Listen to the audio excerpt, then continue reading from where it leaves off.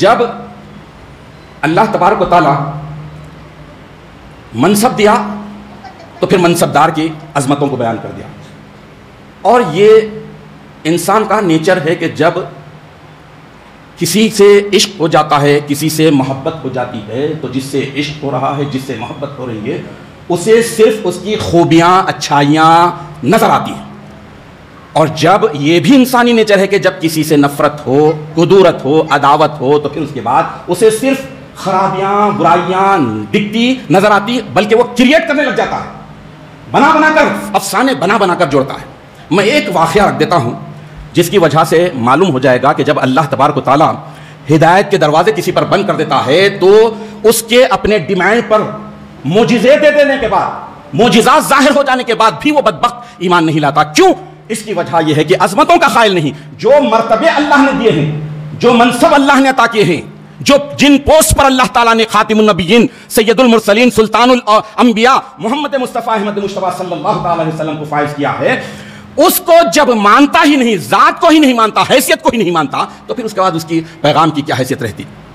ایک مرتبہ کا واقعہ ہے، حضور اکرم نبی مکرم صلی اللہ تعالیٰ علیہ وسلم تشریف فرما ہے. صحابہ کا تھوڑا سا عرصہ ہے، یہ ابتدائی اسلام کی بات ہے، بالکل ابتدائی اسلام کی بات ہے، لیکن حضور اکرم صلی اللہ تعالیٰ علیہ وسلم کی رسالت ظاہر ہو چکی تھی دنیا پر.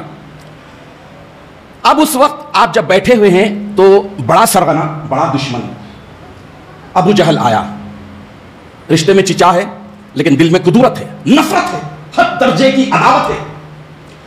اب جب وہ محبت کے ساتھ آتا، حیثیتوں کو مانتا اور اس کے بعد پھر کسی معجزے کو طلب کرتا تو اللہ تبارک و تعالیٰ اس کے لیے ہدایت کے دروازے کھول دیتا.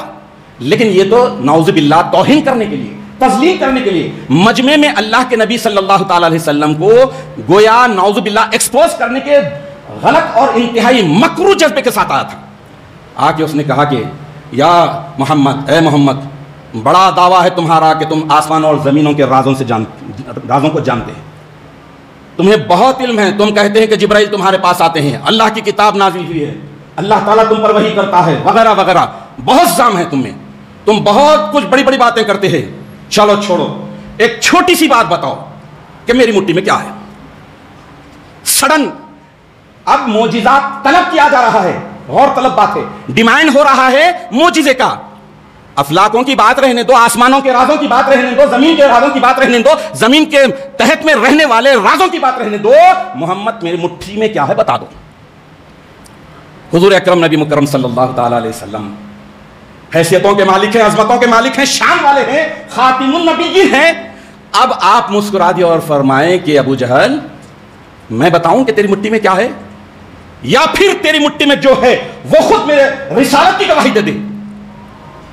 ابو جہل اور جوش میں آیا اور کہا کہ ایسا، اچھا میری مٹھی میں کیا ہے وہ بتائیں گے، آپ کی رسالت کی گواہی دیں گے، چلو بولو.